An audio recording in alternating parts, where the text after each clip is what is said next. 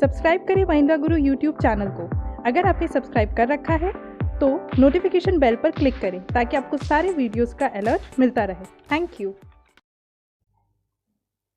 Welcome friends and students. This is Mahendra Guru, the official YouTube channel of mahendraguru.com and you are watching our static show. जी हाँ दोस्तों, आज हम फिर आपके सामने उपस्थित हैं हमारे इस नए शो के साथ, जिसका नाम स्टैटिक शो, जिसमें हम तरह तरह के जो कि मुद्दे होते हैं, तरह तरह के जो कि स्टैटिक क्वेश्चंस आते हैं एग्जाम में, उस तरह की चीजों को यहाँ पर डिस्कस करते हैं। तो आज उसी सीरीज में हम डिस्कस करते हैं, आपके लिए लेकर आए हैं टॉप 10 इंटरनेशनल बॉर्डर्स। जी हाँ, शीर्ष 10 अंतरराष्ट्रीय सरहद, यानी अगर हम बात करें अंतरराष्ट्रीय सीमाएं जो कि देशों के बीच खिंची हुई हैं। तो दोस्तों, जो इंटरनेशनल बॉर्डर्स हैं, अंतरराष्ट्रीय जो सीमाएं हैं जो देशों के बीच खींची गई हैं, ये काफी इंपॉर्टेंट है। बिकॉज कई बार एग्जाम में अगर हम एसएससी एग्जाम की बात करते हैं या अदर कॉम्पिटिटिव एग्जाम्स की अगर हम बात करते हैं, तो वहां से कई क्वेश्चन इस तरह के मुद्दे से आते हैं। तो 1 से 2 मार्क्स आप आसानी से गेन कर सकते हैं अगर आप इन इंटरनेशनल बॉर्डर्स को याद कर लें कि यह इंटरनेशनल बॉर्डर्स या अंतरराष्ट्रीय सीमाएं किन किन देशों के बीच खींची जा चुकी हैं। अगर मैं इंटरनेशनल बॉर्डर्स की बात करता हूं, तो खुदा ने तो इंसान को बनाया और इंसान ने सरहदें, जी हाँ, इंसान ने सरहदों को देश के नक्शे पर खींच दिया है। तो चलिए देखते हैं कि आखिर वो कौन कौन सी ऐसी सरहदें हैं जो देशों के बीच खींची हुई हैं और हमारे लिए काफी महत्वपूर्ण है, काफी इंपॉर्टेंट है। लेकिन जी हाँ, आगे बढ़ने से पहले don't forget to subscribe our YouTube channel. आगे बढ़ने से पहले बिल्कुल भी आपको ये नहीं भूलना है कि आपको महिंद्रा गुरु, अगर आपने अभी तक महिंद्रा गुरु का ऑफिशियल यूट्यूब चैनल सब्सक्राइब नहीं किया है तो जल्दी से इसे सब्सक्राइब कर लीजिए और साथ ही साथ इंपॉर्टेंट वीडियोस की अपडेशन के लिए नोटिफिकेशन बेल को भी ऑन कर लीजिएगा, ताकि अगली बार अगर आप बिजी हो और आप इसको ना मालूम हो कि किस तरह के नए वीडियोस एग्जाम्स के लिए आने वाले हैं, तो आपको नोटिफिकेशन बेल आपको आपके स्मार्टफोन पर ही बता दे कि यह वीडियो अपलोड हो चुका है, जो आपके लिए काफी महत्वपूर्ण है। तो चलिए बढ़ते हैं और देखते हैं ऐसी सरहदों के बारे में जो कि दुनिया के नक्शे पर खींची जा चुकी हैं। अगर हम सबसे पहले बात करें, सबसे इंपॉर्टेंट जो इंटरनेशनल बॉर्डर है वह है लाइन ऑफ कंट्रोल, जिसे हम शॉर्ट में एलओसी भी कहते हैं। जी हाँ, आप इस पिक्चर में देख पा रहे होंगे कि एलओसी जो कि इंडिया और पाकिस्तान के बीच खींची गई है। ये आप रेड कलर से आप मार्क देख पा रहे हैं। एलओसी जो कि एलओसी की एक तरफ पीओके यानी पाक ऑक्युपाइड कश्मीर है, पाक अधिकृत कश्मीर है, और दूसरी तरफ भारत का जम्मू एंड कश्मीर राज्य है। तो पीओके की अगर हम बात करते हैं, लाइन ऑफ कंट्रोल की, एलओसी की अगर हम बात करते हैं, तो यह भारत और पाकिस्तान के बीच है, जिस पर कहीं कहीं भारत और पाकिस्तान में विवाद भी है इस सीमा को लेकर, इस इंटरनेशनल बॉर्डर को लेकर। Now let's move for the important facts about the LOC. चलिए देखते हैं एलओसी के बारे में क्या फैक्ट्स हैं जो हमारे लिए जानने योग्य हैं और जो एग्जाम के पर्पज से जानने योग्य हैं। एलओसी यानी लाइन, जो एलओसी है लाइन ऑफ कंट्रोल है, यह लगभग 740 किलोमीटर लंबी है। The line of control is 70-40 kilometre long. लगभग इसकी जो लंबाई है वह 740 किलोमीटर है।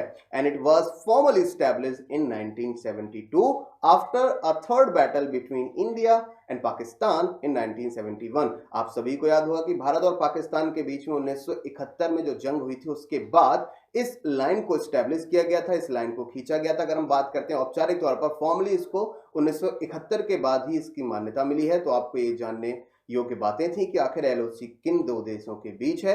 आखिर एलओसी का फुल फॉर्म क्या है? तो एलओसी का जो फुल फॉर्म है वह है लाइन ऑफ कंट्रोल। 1971 की जंग के बाद, जो कि तीसरी जंग थी भारत और पाकिस्तान के बीच में, इसको एस्टैब्लिश किया गया था। अगर आप लाइन ऑफ कंट्रोल को यहाँ पर देख पा रहे हैं, इस पिक्चर में आप अगर देख पा रहे हैं, तो एलओसी बीच में खींची गई है और आप जो ग्रीन कलर का पोर्शन देख रहे हैं, ग्रीन कलर का जो नॉर्दर्न एरिया देख रहे हैं, this is called the PoK यानी कि पाक ऑक्युपाइड कश्मीर। और अगर हम इस नॉर्दर्न एरिया से थोड़ा नीचे आए, ग्रीन कलर के एरिया के अगर हम साउथ की तरफ बात करें, तो उसे हम आजाद कश्मीर कहते हैं। अगर हम ऑरेंज एरिया की बात करें, जो आप देख पा रहे हैं, वह भारत का जम्मू एंड कश्मीर राज्य है। और इसके बिल्कुल किनारे की तरफ अगर हम देखते हैं, तो आक्साई चीन है, जो कि पाकिस्तान के, जो कि चाइना के द्वारा अधिकृत किया गया है। इसे हम एलओ यानी अगर हम इसे लाइन ऑफ एक्चुअल कंट्रोल भी कहते हैं, जो कि चीन और भारत के बीच में है। तो अगर आप इस पिक्चर को देख पा रहे हैं, तो इसमें आप एलओसी के दोनों तरफ के एरियाज को देख पा रहे हैं। ग्रीन कलर्स के साथ है पीओके और ऑरेंज कलर के साथ है भारत का जम्मू एंड कश्मीर राज्य। तो मुझे उम्मीद है आपको यह लाइन ऑफ कंट्रोल का जो पूरा सिस्टम है, लाइन ऑफ कंट्रोल के बारे में जो महत्वपूर्ण फैक्ट्स हैं, इंपॉर्टेंट फैक्ट्स हैं, वो क्लियर हो गए होंगे। और यह भी क्लियर हो चुका होगा कि यह लाइन किन दो देशों के बीच खींची गई है। सो now let's move for the next important border line. And next important border line is McMahon line, जो कि भारत और चाइना के बीच है, यानी इंडिया और चाइना के बीच है। अगर आप यहाँ पर इस पर्टिकुलर पिक्चर पर देख पा रहे होंगे, यहाँ पे ग्रीन कलर की आप लाइंस देख रहे हैं, तो इन ग्रीन कलर्स की लाइन जो आप देख पा रहे हैं हिमाचल प्रदेश, जम्मू कश्मीर से होती है उत्तराखंड। इसके बाद अगर हम नेपाल को छोड़ देते हैं इस पिक्चर में, तो आप सिक्किम को देख पा रहे होंगे जो कि और येलो रंग से है, यानी कि येलो कलर से है। और इसके साथ जो आप अरुणाचल प्रदेश का हिस्सा देख रहे हैं वह भी मैकमोहन लाइन का ही हिस्सा है। लेकिन अरुणाचल प्रदेश की कुछ जो सीमा है, कुछ जो बॉर्डर है वह विवादित है। चाइना उसे एक्सेप्ट नहीं करता है, चाइना उसे अधिकृत नहीं करता है, या उस हिस्से को चाइना विवादित मानता है। तो अगर हम बात करें इंपॉर्टेंट फैक्ट्स के बारे में कि मैकमोहन लाइन के बारे में और कौन से तथ्य हैं जो हमारे लिए जानने योग्य हैं, तो वो कुछ इस प्रकार हैं। The McMahon line is a line agreed by the Britain and Tibet as the part of the Shimla occurred a treaty signed in 1914। 1914 में शिमला में एक समझौता किया गया था, शिमला में एक ट्रीटी की गई थी, शिमला में एक बैठक की गई थी जहां पर ब्रिटेन और तिब्बत के बीच में मैकमोहन लाइन पर सहमति बनी थी। The line is named after the Sir Henry McMahon, Foreign Secretary of the British run Government of India। अगर हम इस लाइन के नामकरण की बात करते हैं, आखिर इस लाइन को मैकमोहन लाइन ही क्यों कहा जाता है, तो इसका जो नाम था वो सर हेनरी मैकमोहन के नाम पर पड़ा है, जो कि उस समय भारत सरकार जो कि ब्रिटेन के अंडर में आती थी उसके विदेश सचिव थे, यानी कि फॉरेन सेक्रेटरी थे। तो आप क्लियरली समझ गए होंगे कि आखिर भारत और चाइना के बीच में जो मैकमोहन लाइन है उसका नाम सन हेनरी मैकमोहन के नाम पर क्यों पड़ा और कब पड़ा। So now let's move for the next selfie. जी हाँ, यहां पर आप एक सेल्फी देख पा रहे हैं, एक चित्र देख पा रहे हैं, एक चित्र का दीदार कर पा रहे हैं। तो आपने अभी ये देखा और समझा कि मैकमोहन लाइन का जो नाम है वह सर हेनरी मैकमोहन के नाम पर पड़ा है, जो कि विदेश सचिव थे ब्रिटिश गवर्नमेंट इंडिया के अंडर में। तो यह उनका चित्र है, यह उनकी सेल्फी है, आप दीदार चाहें तो कर सकते हैं। चलिए आगे बढ़ते हैं अगले तथ्य की ओर। अगर मैकमोहन लाइन के बारे में एक और इंटरेस्टिंग फैक्ट की बात करें, it is the effective boundary between China and India although it's legal status is disputed by the Chinese government. यह अगर हम बात करते हैं इस इंटरनेशनल बाउंड्री की, इस अंतर्राष्ट्रीय सीमा की बात करते हैं, तो यह भारत और चाइना के बीच में एक बाउंड्री लाइन है। लेकिन चाइना इस बाउंड्री लाइन को, इस बॉर्डर को मानने से हमेशा से इनकार करता रहा है, क्योंकि उसका कहना यह है कि यह जो लाइन थी, यह जो मैकमोहन लाइन खींची गई थी वह ब्रिटेन और तिब्बत के बीच समझौते के तहत खींची गई थी, इसमें चाइना का कोई भी इन्वॉल्वमेंट नहीं था। इसलिए कहीं ना कहीं चाइना गवर्नमेंट इसको डिनाई करती है, वह यह मानने से इनकार करती है कि यह बॉर्डर चाइना और इंडिया के बीच में एक आधिकारिक अंतर्राष्ट्रीय सीमा है। तो चलिए आगे बढ़ते हैं और अगली इंपॉर्टेंट बाउंड्री की तरफ बढ़ते हैं, और हम अगली इंपॉर्टेंट बॉर्डर की तरफ बढ़ते हैं। और अगली इंपॉर्टेंट बॉर्डर जो आपके लिए हो सकती है वो हो सकती है रेडक्लिफ लाइन। जी हाँ, नाम तो सुना होगा रेडक्लिफ लाइन। यह भारत और पाकिस्तान के बीच खींची गई है। आप यहां पर साफ तरीके से इस पिक्चर में देख पा रहे हैं रेडक्लिफ लाइन। ये रेड मार्क से आप देख पा रहे हैं पाकिस्तान, ये जो पंजाब प्रांत से होती है आप देख रहे हैं, ये रेड मार्क जो आप देख पा रहे हैं यही है रेडक्लिफ लाइन, जो कि भारत और पाकिस्तान के बीच खींची हुई है। अगर हम इसकी डिटेल के बारे में बात करते हैं, इसकी एक्स्ट्रा फैक्ट्स की अगर हम बात करते हैं, तो Radcliffe line was published on 17 August 1947 as a boundary demarcation line between India and Pakistan upon the partition of India. अगर हम भारत की बात करते हैं, भारत का बंटवारा 15 अगस्त 1947 को हुआ था, और 17 अगस्त 1947 को रेडक्लिफ लाइन को बाउंड्री के तौर पर दर्जा दे दिया गया था जब भारत का बंटवारा हुआ था 1947 में। And it was named after its architect sir Cyril Radcliffe who was the chairman of the border commission. आखिर इस लाइन को हम रेडक्लिफ लाइन क्यों कहते हैं, इसका एक मुख्य कारण यह है, इनका नाम सर साइरल रेडक्लिफ के नाम पर पड़ा है, जो कि उस समय अध्यक्ष थे बॉर्डर कमीशन के। तो आप इजीली समझ गए होंगे कि आखिर इस बॉर्डर लाइन को रेडक्लिफ लाइन क्यों कहा जाता है। इस लाइन का जो नाम है या नामकरण है वह उस समय बॉर्डर कमीशन के चेयरमैन सर साइरल रेडक्लिफ के नाम पर पड़ा। और इस लाइन की अगर हम बात करते हैं, इस बॉर्डर की बात करते हैं, तो इसका जो फॉर्मेशन हुआ है वह 17 अगस्त 1947 को हुआ। अगर आगे बढ़े और चित्र का अगर आप दीदार करना चाहें तो कर सकते हैं। यही है वो शख्स जिसका नाम है साइरल रेडक्लिफ, जिसके नाम पर रेडक्लिफ रेखा को खींचा गया। चलिए आगे बढ़ते हैं अगले इंपॉर्टेंट बॉर्डर लाइन की तरफ। और अगली जो इंपॉर्टेंट बॉर्डर लाइन है, अगली जो इंपॉर्टेंट लाइन है वह है डूरंड लाइन, जो कि पाकिस्तान और अफगानिस्तान के बीच खींची गई है। तो आप इस चित्र में देख पा रहे होंगे रेड मार्क जो आप देख पा रहे हैं इस चित्र में, जो कि पाकिस्तान और अफगानिस्तान के बीच का एरिया है, जो रेड कलर से मार्क किया गया है उसे हम डूरंड लाइन कहते हैं। जी हाँ, डूरन लाइन पहले भारत और अफगानिस्तान के बीच थी, लेकिन पाकिस्तान का बंटवारा यानी भारत और पाकिस्तान का बंटवारा हो जाने के बाद अब यह जो बाउंड्री लाइन है वह पाकिस्तान और अफगानिस्तान के बीच है। आप इस चित्र में आसानी से इसको देख पा रहे होंगे। चलिए आगे बढ़ते हैं और इसके बारे में कुछ इंपॉर्टेंट फैक्ट्स के बारे में डिस्कस करते हैं कि इंपॉर्टेंट और इंटरेस्टिंग फैक्ट्स क्या है डूरन लाइन के लिए। The Durand Line is the 2640 kilometre border between Afghanistan and Pakistan. अगर हम इस डूरन लाइन की लंबाई की बात करते हैं तो यह लगभग 2640 किलोमीटर की लाइन है जो कि अफगानिस्तान और पाकिस्तान के बीच में खींची गई है।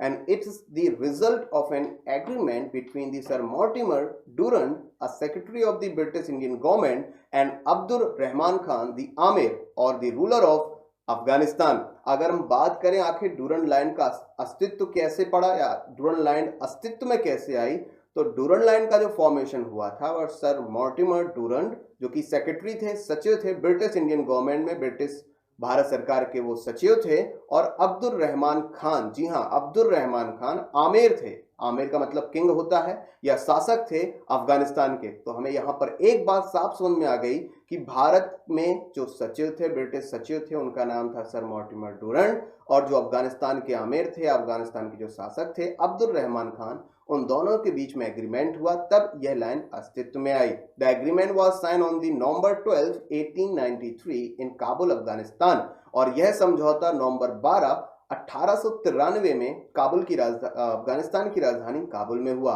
तो आई थिंक आप क्लियरली समझ गए होंगे कि डूरन लाइन क्या है, कब यह अस्तित्व में आई, इसकी कुल लंबाई कितनी है, और इसके अस्तित्व में आने के पीछे किन दो लोगों को जिम्मेदार बताया जा सकता है। तो उनके नाम आपके सामने हैं, सर मॉर्टिमर डूरन और सर, या हम बात करें अब्दुल रहमान खान जो कि किंग थे, शासक थे अफगानिस्तान के।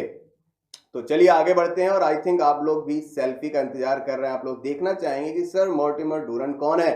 तो जी हाँ, सेल्फी का दीदार आप कर सकते हैं। इनका नाम है सर मॉर्टिमर डूरन, जिनके नाम पर डूरन लाइन को रखा गया है, और यह आपके वो शासक हैं जो कि अफगानिस्तान में थे, जिनके बीच में एग्रीमेंट हुआ था, जिनका नाम है अब्दुल रहमान खान। तो अगर आपने दीदार कर लिया हो तो चलिए आगे बढ़ते हैं अगली इंपॉर्टेंट इंटरनेशनल बॉर्डर की तरफ। और अगली इंटरनेशनल जो बॉर्डर है वह आपके सामने है 17 parallel between north and south Taiwan. अगर हम बात करें कि इंटरनेशनल बॉर्डर की अगर हम बात करते हैं तो ये जो बॉर्डर है इसे हम 17 पैरेलल कहते हैं। तो 17 पैरेलल का मतलब अक्षांश रेखा होता है। तो अक्षांश रेखा आपने ज्योग्राफी में पढ़ा ही होगा, लैटिट्यूड्स को आपने पढ़ा ही होगा। तो जो 17th जो पैरेलल लाइन है वह नॉर्थ वियतनाम और साउथ वियतनाम के बीच में है।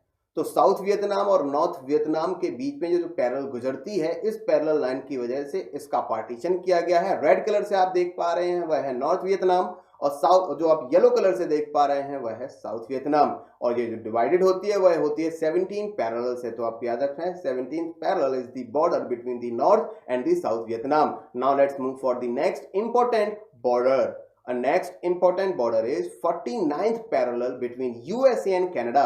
जी हाँ, आप इस चित्र में देख पा रहे होंगे कनाडा ऊपर की ओर और यूएस नीचे की ओर, और बीच में अगर आप ये 49th नंबर की जो पैरेलल लाइन था आप यहाँ पे आसानी से चित्र में देख पा रहे हैं। ये जो लाइन है इसे हम 49th पैरेलल कहते हैं, क्योंकि इसे अगर हम बात करें 49th पैरेलल की तो इसे हम 49th अक्षांश रेखा कहेंगे। उसके आधार पर कनाडा और यूनाइटेड स्टेट्स को डिवाइड किया गया है, जैसा कि आप चित्र में देख रहे हैं। तो एग्जाम पॉइंट ऑफ व्यू से आपको याद रखना है कि 49th parallel is the international border between USA and Canada. Now let's move for the next important international border, and next important international border is 38th parallel between north and south Korea. जैसा कि आप इस चित्र में देख पा रहे हैं, नॉर्थ कोरिया जो कि रेड कलर से है और साउथ कोरिया जो कि आप ग्रीन कलर से देख पा रहे हैं, इन दोनों के बीच में जो डिवाइडेशन है वह है 38th पैरेलल, यानी 38th नंबर की जो आपकी अक्षांश रेखा है वह डिवाइड करती है, बंटवारा करती है नॉर्थ और साउथ कोरिया को। तो this is also very important international border in the world. तो अगर आपको याद रखना है एग्जाम पॉइंट ऑफ व्यू से तो आप याद रखिए 30th parallel between north and south Korea is the international border.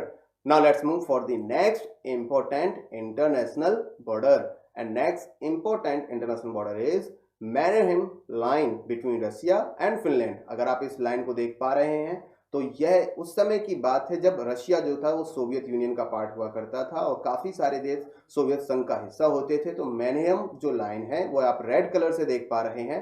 तो आपको यहाँ पर केवल इतना याद रखना है, एग्जाम पॉइंट ऑफ व्यू से आपको याद रखना कि मैनहेम जो लाइन है वह रशिया और फिनलैंड के बीच में खींची गई है। तो चलिए आगे बढ़ते हैं अगली इंपॉर्टेंट लाइन की यार।